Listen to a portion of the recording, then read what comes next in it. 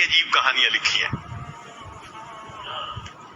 فرماتے ہیں کہ سلطان محمود ایک نیک بادشاہ تھا، اس کے پاس ایک دیہاتی نوجوان آ گیا، اس کا تعلق دیہات سے تھا، تعلیم بھی نہیں تھی، کچھ ایسی تربیت بھی نہیں تھی، مگر بادشاہ کے دربار میں آ کے جب خدمت پہ لگا تو اس نے اتنی اچھی خدمت کرنی شروع کی کہ تھوڑے دنوں میں بادشاہ کی آنکھوں میں بڑا درجہ پا گیا، بادشاہ نے اپنے مقرب بندوں میں شامل کر لیا۔ اب جو پہلے سے مقربین تھے نا وہ بہت جیلس ہوتے تھے، ہم بڑے خاندانوں والے اور بڑی عقل سمجھ والے، تعلیم والے، ہم بادشاہ کے مشیر تھے، یہ کل کا نوجوان پتہ نہیں کہاں سے آ گیا دیہات سے اٹھ کے کہ بادشاہ کی اس کے اوپر بڑی خاص نظر پڑتی ہے۔ چنانچہ انہوں نے پروگرام بنایا کہ ہم بادشاہ سے موقع ملنے پہ بات کریں گے۔ انہوں نے بات کی کہ بادشاہ سلامت، جو محبت کی نظر اس کی طرف اٹھتی ہے وہ ہمارے اوپر نہیں اٹھتی، حسب میں ہم اچھے، نسب میں ہم اچھے، مال میں ہم اچھے، عقل میں ہم اچھے، لیکن محبت کی نظر اس کو جو مل گئی وہ ہمیں نہیں مل رہی۔ تو بادشاہ نے کہا کہ اچھا، میں کسی موقع پہ اس کا جواب دوں گا۔ اب بادشاہ نے کیا کیا کہ ایک پھل منگوایا جو بہت کڑوا تھا، کاشیں بنوائیں اور کاشیں ان سب لوگوں میں تقسیم کر دیں جو اعتراض کرنے والے تھے، اور ایاز بھی وہیں بیٹھا تھا، تو جس جس کو وہ کاش ملی اس نے منہ میں ڈالا تھو تھو۔ بادشاہ سلامت بڑا بہت کڑوا، توبہ توبہ بہت کڑوا، سب نے اپنے منہ سے وہ پھل نکال دیا اور کہا کہ بادشاہ سلامت یہ بہت کڑوا ہے۔ تو بادشاہ نے جب ایاز کو دیکھا تو وہ مزے سے کھا رہا تھا، تو بادشاہ نے اس سے پوچھا کہ ایاز یہ کاش میٹھی ہے جو اتنے مزے سے کھا رہے ہو؟ اس نے کہا بادشاہ سلامت ہے تو کڑوی، کھاتے کیوں جا رہے ہو؟ اس نے کہا بادشاہ سلامت میرے دل میں یہ بات آئی کہ جس بادشاہ کے ہاتھوں سے میں زندگی بھر میٹھی چیزیں لے کے کھاتا رہا، اگر آج مجھے کڑوی بھی مل گئی تو میں اس کو واپس کیسے کروں؟ عمر بھر میٹھی چیزیں لے کے کھاتا رہا، آج کڑوی بھی مل گئی تو واپس کیسے کروں؟ کاش کہ یہ چیز ہمارے اندر آ جاتی کہ جس پروردگار کی نعمتوں سے ساری زندگی ہم انجوائے کرتے رہتے ہیں، اگر کبھی کوئی اس کی طرف سے آزمائش کی گھڑی بھی آ جائے تو ہم پھر شکوہ کیوں کرتے ہیں؟ اب بادشاہ نے سوچا کہ بھائی یہ لوگ جو بہت اعتراض کرنے والے تھے نا، ان کے سامنے کوئی اور ایسا ہیلا کرنا چاہیے کہ ذرا ان کو بات سمجھ میں آ جائے۔ تو ایک دن بادشاہ آیا اور اس نے کہا کہ دیکھو بھائی، آج میں تم سب کی عقل کا امتحان لوں گا، تمہارا آئی کیو لیول دیکھوں گا کیا ہے، اور میں دیکھتا ہوں کہ کون اس میں پاس ہوتا ہے۔ اب جب بتا دیا تو سب بڑے محتاط ہو گئے۔ بادشاہ نے ایک موٹا سارا ہیرا دکھایا، دیکھو یہ کتنا قیمتی ہے، کتنا چمکدار ہے، اور ایک ہتھوڑا بھی ساتھ دیا، اور پہلے کو کہا کہ جی یہ ذرا ہیرا جو ہے توڑ کے دکھاؤ۔ اب وہ سمجھ رہا تھا کہ بادشاہ نے ہم سے امتحان لینا ہے ہماری سمجھداری کا، تو اس نے کہا بادشاہ سلامت یہ ہیرا تو بہت قیمتی ہے، اتنے کیرٹ کا اور بالکل بے عیب ہے، کوئی فلاں نہیں، فلاں لیس ہے، لہذا اس کو تو نہیں توڑنا چاہیے۔ بادشاہ مسکرایا، کہنے لگا ہاں بہت اچھا۔ تو وہ سمجھا کہ بھائی میں نے بادشاہ کو کنونس کر دیا، چنانچہ دوسرے کو دیا، اس نے بھی اسی قسم کی لاجک، تیسرے کو دیا، اس نے بھی لاجک، جتنے اعتراض کرنے والے تھے سب کو ہیرا ہتھوڑا دیتے رہے، وہ یہی لاجک دیتے رہے اور معذرت کرتے رہے، حتیٰ کہ بادشاہ نے وہ ہیرا ایاز کے ہاتھ میں پکڑایا۔ جب ایاز کو کہا ایاز اسے توڑو، ایاز نے اس کو نیچے فرش پہ رکھا، دے کے مارا ہتھوڑا اور اس کے ٹکڑے ٹکڑے کر دیے۔ اب جب اتنے قیمتی ہیرے کے ٹکڑے ہو گئے تو وہ تو سارے خوش ہو گئے، آج اس کا گنوار پن کھلا، اس کی جہالت کھلی، بے وقوف، کیا پتا اس کو یہ کتنی قیمتی چیز تھی۔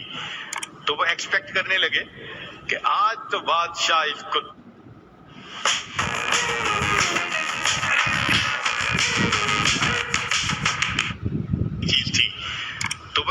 کرنے لگے کہ آج تو بادشاہ اس کو دھکا دے دے گا دربار سے۔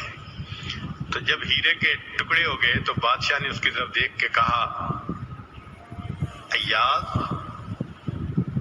تو نے ہیرے کے ٹکڑے کر دیے، اتنے قیمتی ہیرے کے؟ تو ایاز نے آگے سے سمپل سا آنسر دیا کہ بادشاہ سلامت، آپ نے مجھے حکم دیا تھا ہیرے کو توڑ دو۔ اب میرے سامنے دو آپشن تھی، یا تو اتنے قیمتی ہیرے کو توڑ دیتا، یا پھر میں انکار کرتا تو آپ کے حکم کو توڑ دیتا۔ میری نظر میں آپ کا حکم ایسے سینکڑوں ہیروں سے زیادہ قیمتی تھا، لہذا اس کو کم قیمت سمجھتے ہوئے میں نے آپ کے حکم کو نہیں توڑا، میں نے ہیرے کو توڑ دیا ہے۔ تو بھئی جتنا ایاز کے دل میں بادشاہ کے حکم کا احترام تھا، کاش ہم بندوں کے دل میں پروردگار کے حکم کا ایسا احترام آ جاتا۔ ہم خواہشوں کو توڑ دیں، تمناؤں کو توڑ دیں، اپنی امیدوں کو توڑ دیں، ہم کبھی بھی حکم خدا کو نہ توڑیں۔ تیسرا واقعہ لکھا کہ ایک دن ایک موترس جو تھا وہ آیا اور اس نے کہا کہ بادشاہ سلامت، یہ جو آپ کا زیادہ ہے نا چہیتا ایاز، ہمیں لگتا ہے کہ یہ خزانے سے چیزیں چراتا ہے، ہمیں تو شک ہے۔ بادشاہ نے پوچھا کیسے ہے؟ اس نے کہا جی ایک جگہ کلوزٹ بنائی ہوئی ہے اس نے، اور یہ صبح و شام اس کلوزٹ کا دروازہ کھولتا ہے اور دیکھتا رہتا ہے اور تالا لگا کے چابی اپنے پاس رکھتا ہے، چابی کسی کے ہاتھ میں نہیں دیتا۔ تو بادشاہ سلامت، ہمیں تو پکا شک ہے کہ آپ کے خزانے سے اس نے قیمتی چیزیں چرا کے رکھی ہیں اور یہ صبح و شام دیکھتا ہے ان کو۔ بادشاہ نے اسی وقت ایاز کو بلوا لیا، لوگوں کے سامنے پوچھا، ایاز تمہاری کوئی کلوزٹ ہے ایسی؟ جی۔ تالا لگا کے رکھتے ہو؟ جی۔ صبح شام کھول کے دیکھتے بھی ہو؟ جی۔ لاؤ چابی اس کی۔ ایاز نے چابی نکال کے دے دی۔ بادشاہ نے ایک آدمی کو بھیجا کہ جاؤ اور کلوزٹ میں جو کچھ پڑا ہے سب اٹھا کے یہ کہ لے کے آؤ۔ اب جب وہ گیا تو ایاز تو مطمئن کھڑا رہا، مگر معترضین بڑے خوش ہوئے، آج پکڑا گیا، آج سمجھ لگے گی بادشاہ کو یہ کیسا بددیانت انسان۔ تھوڑی دیر گزری تو جو گیا تھا وہ تالا کھول کے کیا دیکھتا ہے کہ اس میں ایک پرانا سا لباس ہے اور ایک پرانا سا جوتا رکھا ہوا اور کچھ بھی نہیں۔ بڑا حیران ہوا، اس کو یہ صبح بھی دیکھتا ہے شام بھی دیکھتا ہے۔ وہ اس کو لے کے بادشاہ کے پاس آیا۔ بادشاہ سلامت، کلوزٹ میں یہ دو چیزیں تھیں۔ بادشاہ نے کہا ایاز بس یہی کچھ تھا؟ جی یہی تھا۔ ایاز یہ تو اتنی قیمتی نہیں کہ تم ان کو تالے میں رکھو اور صبح شام اس کو جا کے دیکھو۔ ایاز نے کہا کہ بادشاہ سلامت میرے لیے قیمتی ہے۔ پوچھا کیوں؟ کہ بادشاہ سلامت، جب میں پہلی مرتبہ آپ کی خدمت میں حاضر ہوا تھا، میں دیہاتی سا لڑکا تھا، یہ تہبند باندھی تھی، یہ کرتا پہنا تھا، یہ جوتا پہنا ہوا تھا، میں نے اس کو اپنے لیے پریزرو کر کے رکھ لیا۔ اب روز صبح اور شام میں دروازہ کھولتا ہوں، اپنے نفس کو مخاطب کر کے کہتا ہوں ایاز بادشاہ کے احسانات کو مت بھولنا، تم تمہیں جو اس نے رتبہ دیا، تمہاری اوقات تو یہ تھی، تمہاری اوقات یہ تھی۔ میں صبح بھی اپنے آپ کو یاد دلاتا ہوں، میں شام بھی اپنے آپ کو یاد دلاتا ہوں۔ مولانا لکھتے ہیں کاش کہ یہ صفت اللہ ہمیں بھی عطا فرماتا، ہم بھی اپنے ابتدا کو دیکھتے، کیا حال تھا، کیا ہماری اوقات تھی، اور آج اللہ نے اپنی رحمتوں سے، نعمتوں سے، برکتوں سے کس طرح ہمیں مالا مال کر دیا، ہم بھی اپنی بنیاد کو یاد رکھتے ہیں۔ تو اگر ایک دنیا کا غلام اپنے مالک کے حکم کو اتنا قیمتی سمجھتا ہے تو ہم تو اللہ کے ویسے ہی بندے ہیں، غلام سے بھی ایک درجہ نیچے، ہم تو اللہ کی ملک ہیں، مخلوق ہیں اس کی۔